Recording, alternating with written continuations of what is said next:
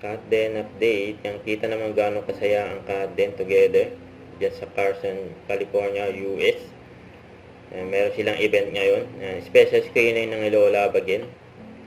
At may meet and greet plus question and answer. Na-meet din nila yung mga fans nila dyan sa US. Ito yung video.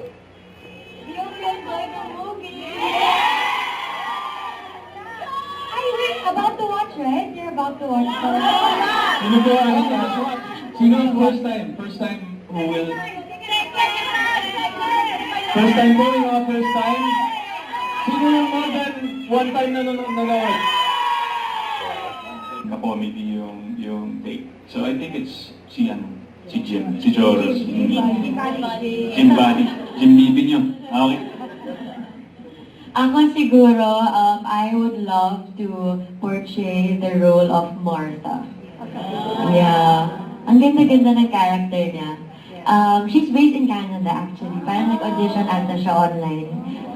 Yes, from siya theater in Canada.